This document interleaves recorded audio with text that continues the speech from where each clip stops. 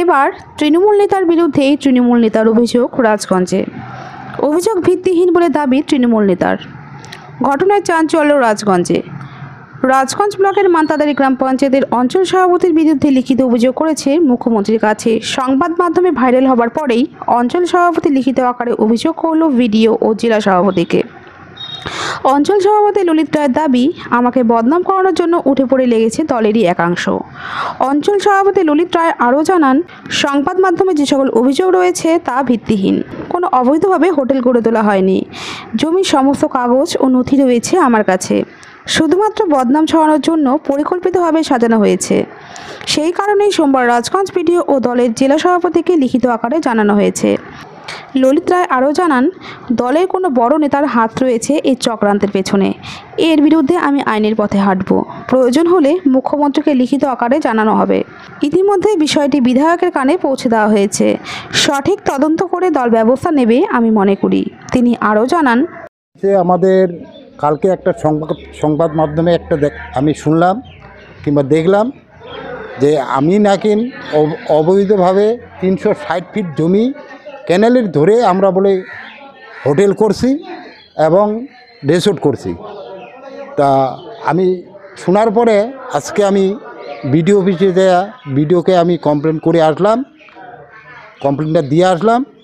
দেওয়ার পরে এখন আমি আমার জেলার সভাপতি মহুয়া গোপকে আমি আমার কমপ্লেনটা এখন ওকে লিখিতভাবে কমপ্লেন দিব।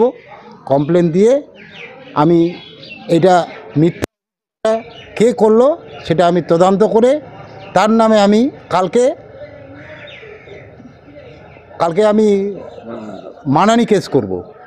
তার নাম করানোর জন্য আমাদের যে কোনো বদনাম নেই, সারা জীবনে আমাদের কোনো বদনাম নেই, একটা বদনাম ছড়ানোর জন্যে একটা চেষ্টা করতেছে লোক এসি ছেলের তৃণমূলের বদনাম করেছে। তা ওরা তৃণমূল করে না অন্য কিছু দল করে সেটাই আমি চাচ্ছি। আমি অতটা বলতে চাই না, কারণ তৃণমূলের লোক হয়ে তৃণমূলে এসি এসটিও তো তৃণমূলের লোক, তো তৃণমূলের লোক হয়ে তৃণমূলের বদনাম করে এটা আমি বরদাস্ত করব না।